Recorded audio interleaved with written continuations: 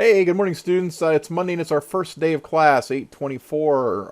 I've graded about 20 submissions so far. A little bit surprised. We have quite a few students that are off to a good start. I wanted to go over discussions and homework submissions real quick. Unfortunately, I forgot to post a email or a video on how to submit homework for my COP 1000 class. I'd actually made it up, but I didn't create the link inside the modules for you. So that's there. Make sure you pay attention to that because I have a very specific format in which I want the homework submitted to me. It makes grading and giving feedback on my end a lot easier if we follow this format.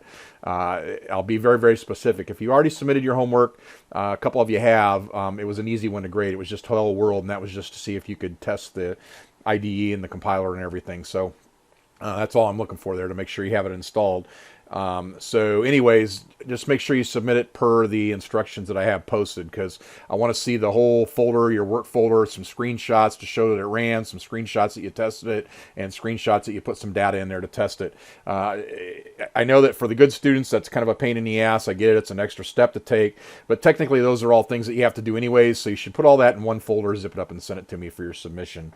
And what that does is it allows me to give a feedback a little bit quicker and see where you had a specific problem. And I have to make sure that you're checking it. I know this is a coding class. Most of you are responsible, but some people turn in real crap in this class because it's an intro class. And I have to make sure they're ready to go on to the next class. I don't want to have happen to me or happen to you, any of the students, what happened to me a couple semesters ago. I had some students that came from a different campus and they were not prepared for the advanced programming class. And I don't know if it was the instructor's fault or the school's fault or the student's fault because I don't know. I'm not going to bash another school in another campus, but people just didn't know how to. Some people didn't even know what the IDE was. All right, which if you paid attention, I already have a movie to show people or a video to show people and explain what an IDE is. It's pretty sad when a person goes on to an advanced class and they don't know what an IDE is. So let's talk about discussions real quick. Discussions, they're not listed in the syllabus. That's because I do give you points on them, but I use the discussions for attendance. We have a rule in the online classes that we have to have some kind of contact with each other as a class on a weekly basis. That's so that we can maintain our accreditation and show that we're all working together. And then I think that some good things come out of the discussions where people share some information.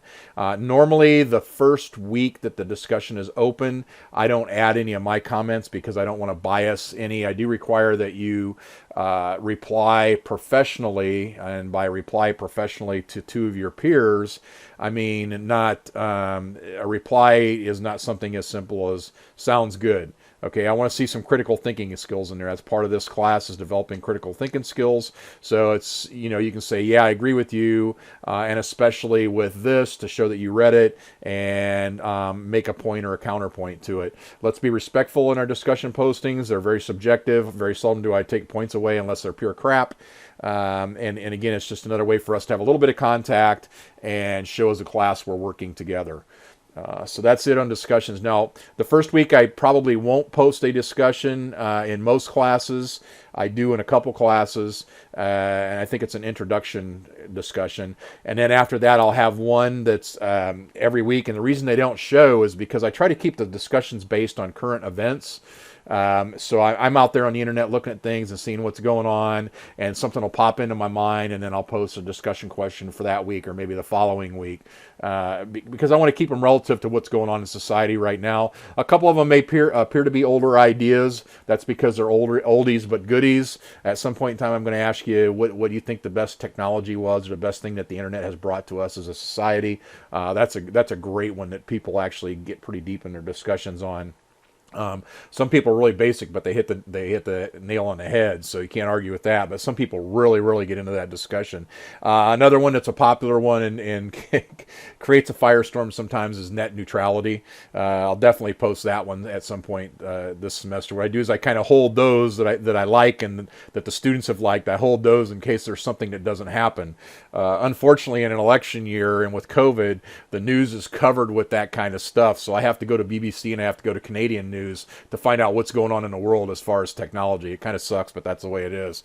Normally during the week there would be at least one article on the news, the nightly news, national news, about something technology-wise, or on 60 Minutes. Now last night they did have on 60 Minutes the whole Russian hack and how organized that was of the 2016 election, so that was kind of interesting. But I try to avoid politics because unfortunately in the college environment there tends to be some pretty strong thoughts on politics, and you might offend somebody, so I have to stay away from politics. Anyways, folks, what I've graded so far has been great. I'm looking forward to adding some of my comments to the discussions and giving you some more feedback, some more personalized feedback on your papers later on this week after I get the whole collection of them in.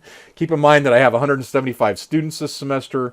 That's a lot of papers to grade and a lot of feedback to assign. I don't necessarily always give feedback on everything, but if there's something in there that I find kind of interesting, I'll normally post you a quick blurb. So make sure you check the grade book and look at my comments, because sometimes I'll ask a question in there. Like we have a student in my COP 1000 class, I think it is, that is working in San Antonio as a simulator programmer for the Air Force. So of course I've got some questions there, and I'm hoping that particular student shares some ideas and some of their experiences with you as a class. So I'm going to talk to them offline about that. So anyways, good first week so far. Good day. I'll probably check in the first couple days, a couple times a day, to grade papers and make sure everybody's current, make sure everybody's in line. Once we get going here, I'll normally grade papers on like a Thursday and a Monday. You'll find that I don't really do too much on Saturdays and Sundays. So give me the 48 hours there. I promise I'll respond to questions within 48 hours, but on the weekends I like to take a weekend off like everybody else too. So please give me a little bit of privacy there. If you have a crisis though, I still get emails on my cell phone, so if you have a crisis you can send me an email through Canvas and it'll flash up, and I will check that, but I won't grade any papers on the weekends. I actually check in several times a day the whole semester, but I don't necessarily grade papers every day. I normally do that like on Thursdays and Mondays or something like that.